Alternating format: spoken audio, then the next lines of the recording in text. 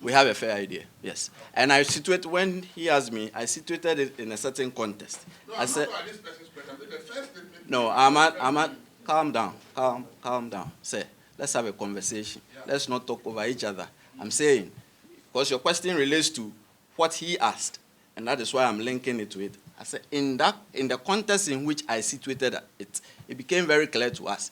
The way the OSP was linked to it, the OSP was attached to it in a very negative sense, when the media did not even know that we were after Mr. Ken Ofori Atta. Did any one of you here know that we were after Mr. Ken Ofori Atta? You didn't know. How did it then turn out yesterday? No, we knew because there was a newspaper publication. The newspaper public. Calm down. You didn't know. The newspaper public. Wait, hold on. Please, you ask my question, I'm answering. Hold on. I'm saying you didn't know. That. Calm down. I said, let's have a conversation. Yes. If you talk over me, I won't answer you again. Listen, I'm saying you didn't know. What you knew was our half-yearly report, which we put in the Daily Graphic and on our website, that we were investigating Mr. Ofori Atta for National Cathedral Project. That is all that you know. What you don't know is all that I've enumerated. And what you don't know is the exchange of correspondence between the lawyers of Mr. Ofori Atta and us.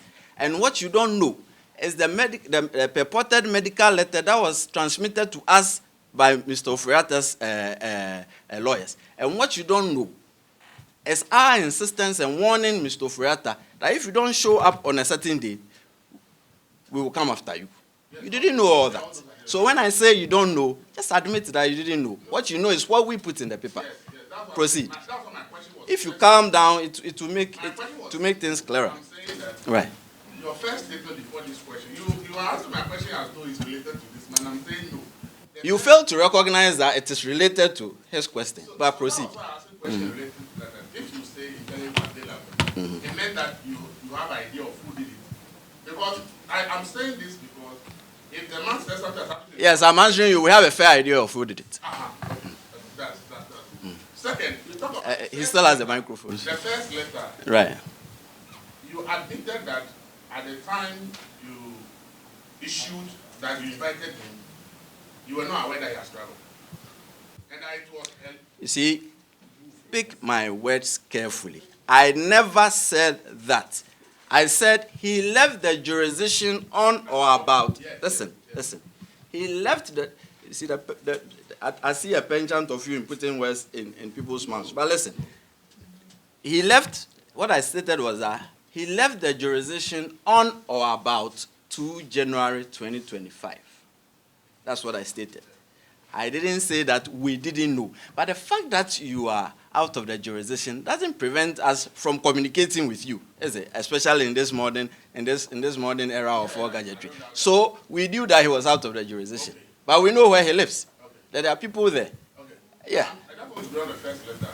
When you sent the letter, his lawyers responded that he's out of the jurisdiction and that for the communication to them is that he's out of the jurisdiction indefinitely.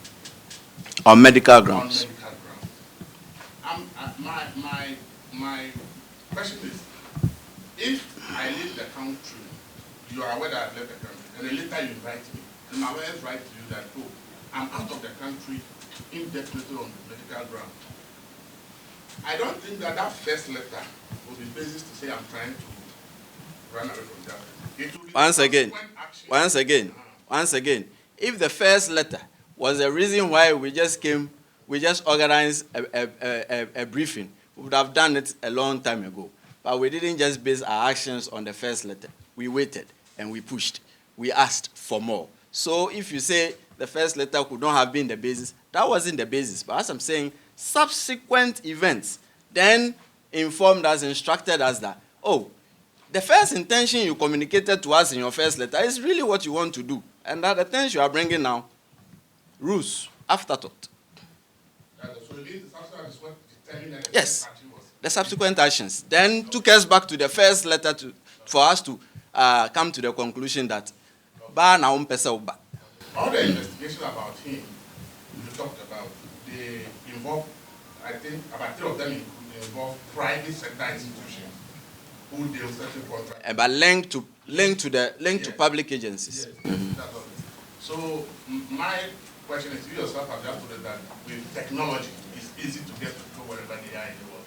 If there are other people involved in the investigation, and they are here, and you are interrogating them, if technology, is it possible, it's not possible that whatever information you got from Ken Ofori Atta, you can get it from him without him physically being present in Ghana? Thank you. See, as for possibilities, we cannot determine how far they go. What we deal with is probabilities.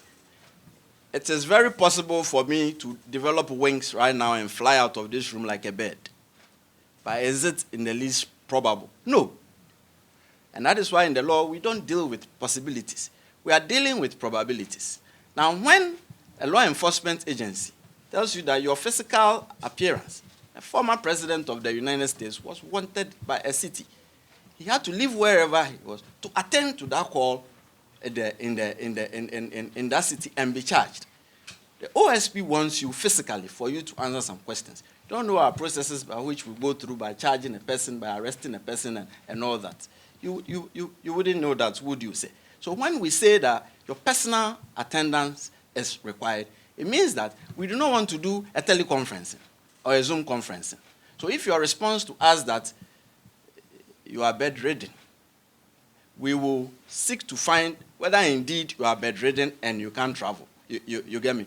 We will not just take your word for it. And that is why I stated in the brief that we won't, on your say-so, we won't admit what you are saying, that you are so ill that you can't come to the jurisdiction.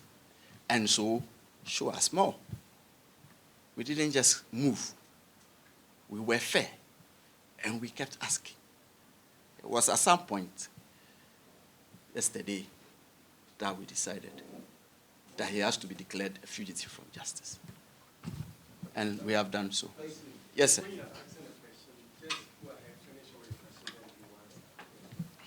Well, he made it a debate. That's why it came like that. Sir, your hand has been up perpetually. Next one is to you. I see he's giving the microphone to you already. So, right, your first question. Your intention to leave the jurisdiction indefinitely does not stop us from requiring your presence. You are a citizen of Ghana. You were a public officer. You were a finance minister for a very long time. And if you have decided to go away indefinitely, that is your personal decision. But when a law enforcement agency wants you physically in, you have to show up. You do not have a choice about it. You get me? So your travel arrangements, your travel plans, your travel habits have nothing to do with the law enforcement agency. But at the point where the law enforcement agency informs you that we need you physically, we need to see you for you to answer certain questions, you don't direct us to your lawyers and say, oh, whatever information that you want, your lawyers can provide for you. We are not investigating your lawyers. Your lawyers can't, and your lawyers were not the finance ministers. You were the finance minister. And it is your role as finance minister and the things that came about in respect of this investigation in your duty as finance minister. That is why we want to see you. Throwing us to your lawyers doesn't answer it. So if you have formed an intention to leave the jurisdiction before we contacted you, well, breaking news, the law enforcement agency wants you. Do you have a choice about it? You don't. Why is it that if the FBI declares someone wanted, we all go agog and it suits our purposes, for instance, in the US? Or is it because we watch so many movies and we've come to accept it? But when the OSP declares someone wanted, then it becomes something that perhaps we should push against. As I said, we sitting here have done all our checks and everything shows to us that the man just doesn't want to show up. And that was communicated in the first letter. It was clear in there that he's gone indefinitely. It was when we pushed that you cannot just tell us that. Before things started cascading, then we started seeing the real intention. But your first intention of telling us that you are away indefinitely was what you intended to stick to. The raid.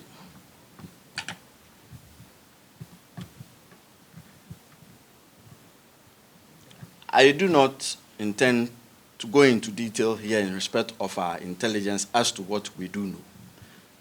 But the way it was carried out, the way the media reportage went, the way immediately the OSP was linked to it, the way all of a sudden it is the OSP having some vendetta against him, that is why. Did the media even know that we had asked him to come? No. So how did it just then get into the media all of a sudden that the OSP has some vendetta against Mr. Ofori Atta, and that is why the OSP raided his house? When we did not carry out the raid. Quickly, and this is coming a day after the lawyers had informed us and given us some purported medical letter. And our checks quickly and our intelligence shows us that. I said, it's one of two things. It is staged, or it is an imposter action. To situate it, I say, baby, Nyankupon, Ebonampesi, Honabun, Tutuni Kobi. Staged or an imposter action, and it's not coming from us. Why are we then being blackened for it? There's something untoward going on. And for us, we believe that it is time. I will declare him a fugitive from justice, and this is now.